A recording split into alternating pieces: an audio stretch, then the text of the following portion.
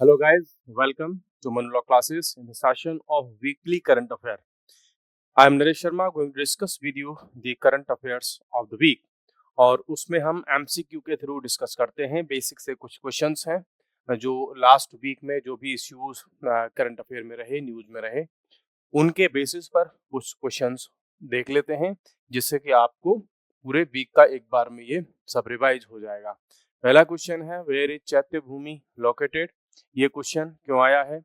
Because अभी recently जब नए CJI अपॉइंट हुए, ठीक है, गवई साहब, तो गवई साहब गए आपके कहाँ पर?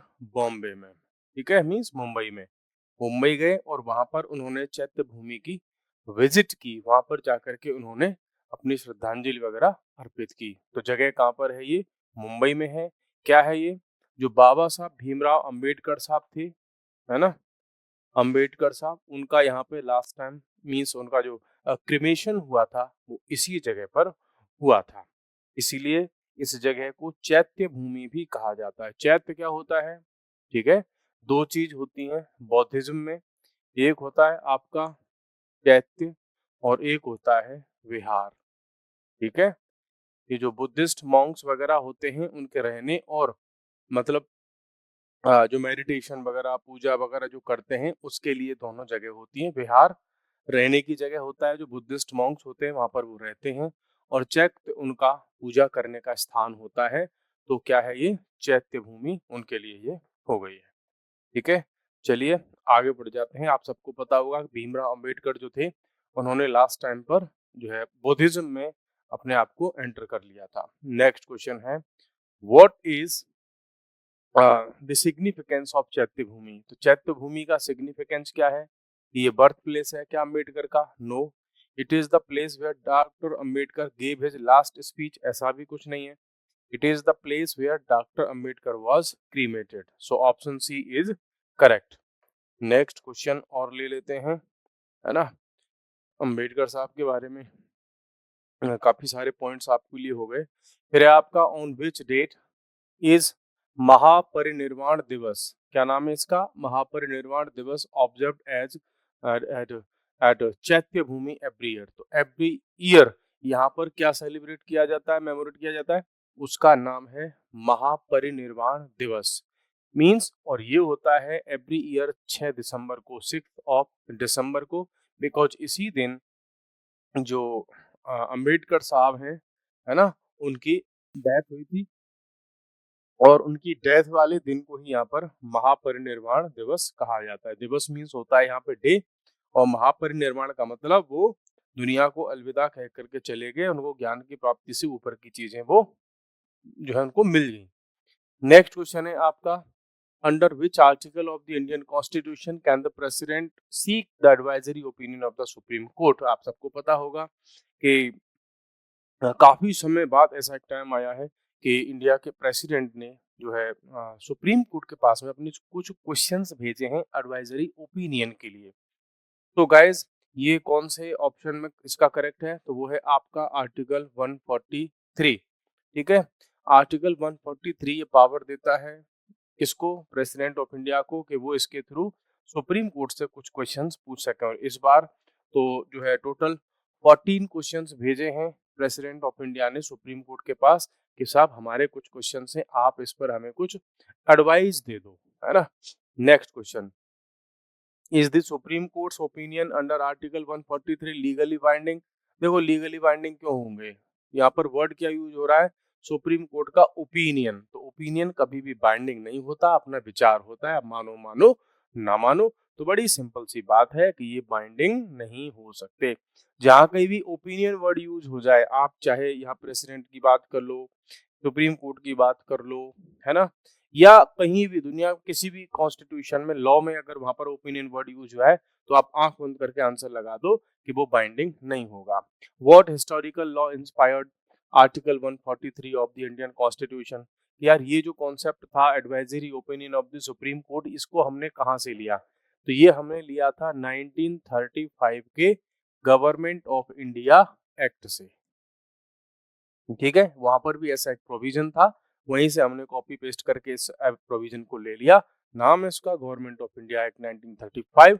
इसी में से हमने ये कॉन्सेप्ट लिया कि सुप्रीम कोर्ट से एडवाइजरी ओपिनियन ले सकता है कौन, प्रेसिडेंट ऑफ इंडिया, बिकॉज वैसी ही पावर उस समय के गवर्नर जनरल के पास में हुआ करती थी और वो गवर्नर जनरल भी एडवाइजरी ओपिनियन ले सकता था फेडरल कोर्ट से, उस समय का फेडरल कोर्ट जो हुआ करता था। Question number 7, why does the US supreme court not provide advisory opinions, हमने लास्ट टाइम भी डिस्कस किया था इसके बारे में।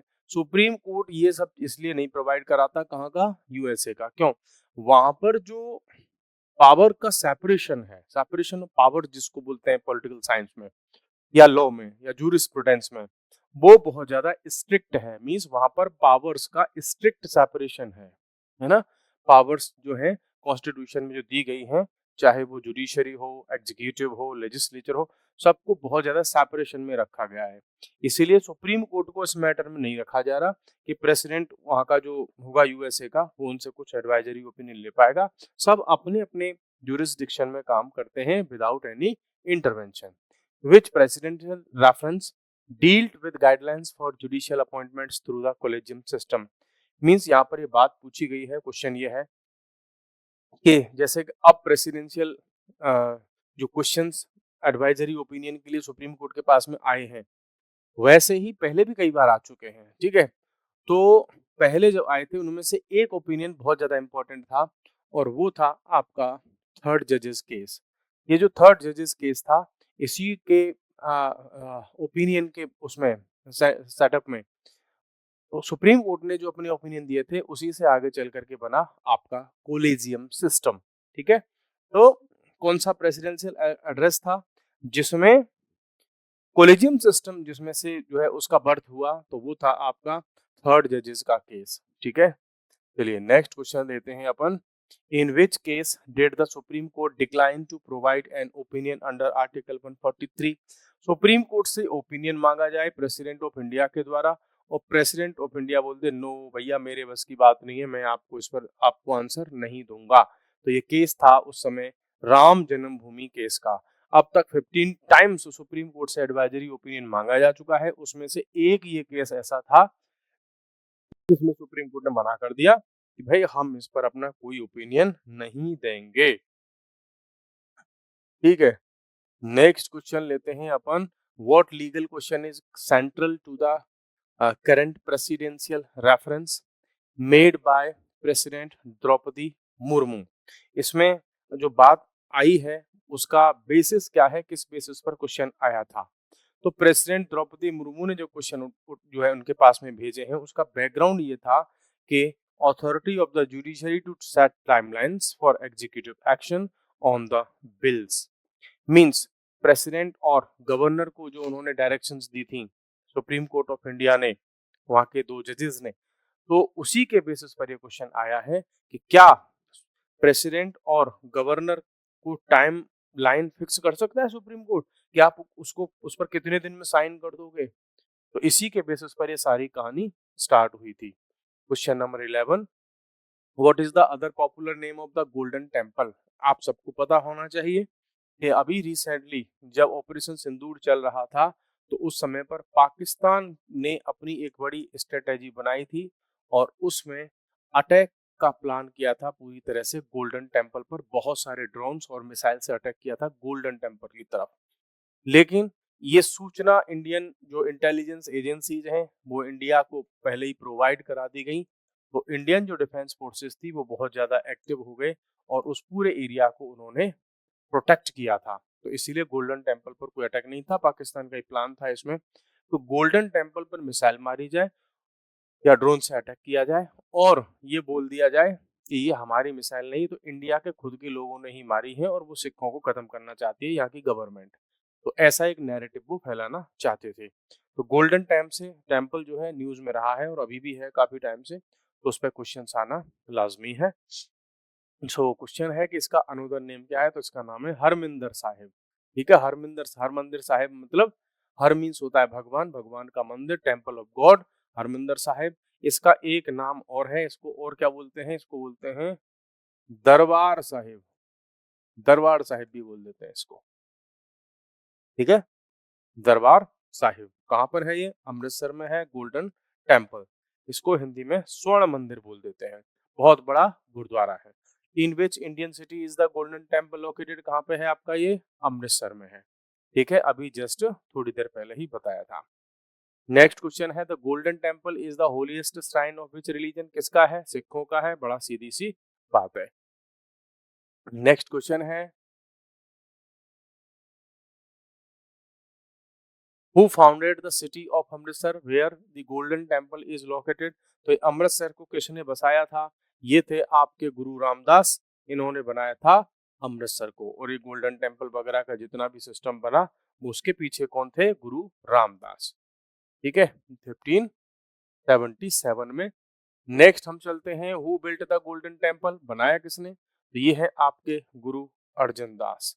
ठीक है, मीन्स अगर मैं बात करूं कि अमृतसर को पूरी सिटी की जो कल्पना थी वो रामदास थे, और उसमें से भी एक गोल्डन टेम्पल जिसको बनाया वो थे गुरु अर्जन देव। इसके बारे में और थोड़ा सा बता देता हूँ कि जब गोल्डन टेम्पल की डिजाइन की बात हो रही थी, यार उसकी डिजाइन कैसी हो, कैसे उसमें पिलर वगैरह ये सब क्या होंगे, तो उसका पूरा आर्किटेक्चरल डिजाइन किसने दिया था, गुरु अर्जन दास ने। ठीक है, ज्यादातर लोगों को लगता है कि जो बाबा वगैरह ये सब होते हैं इनको कुछ नहीं पता होता। ठीक है, तो उस समय पर आप देखेंगे तो गुरु अर्जन दास जी तो थे, उन्होंने पूरे जो है अमृतसर का जो टेम्पल है, गोल्डन टेम्पल है, उसकी पूरी डिजाइन तैयार की थी।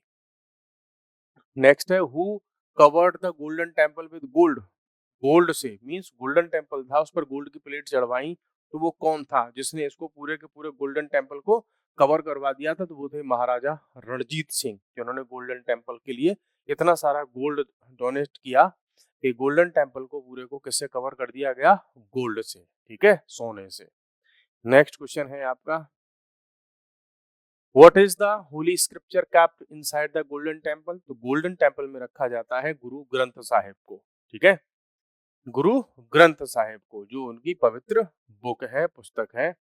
नेक्स्ट है आपका, what is the name of the large water tank surrounding the Golden temple, तो गोल्डन टेम्पल पर जो वहां पर जो एक पॉन्ड बना हुआ है, ठीक है, जो तालाब बना हुआ है, सरोवर जो बना हुआ है ना, टैंक, उसका नाम है आपका अमृत सरोवर, इसको बोला जाता है ना। अमृत सरोवर भी है तो वहां पर उसी को अमृत शहर भी बोलते हैं, अमृतसर भी बोल देते हैं, इसी के नाम पर उस शहर को भी अमृतसर बोल देते हैं।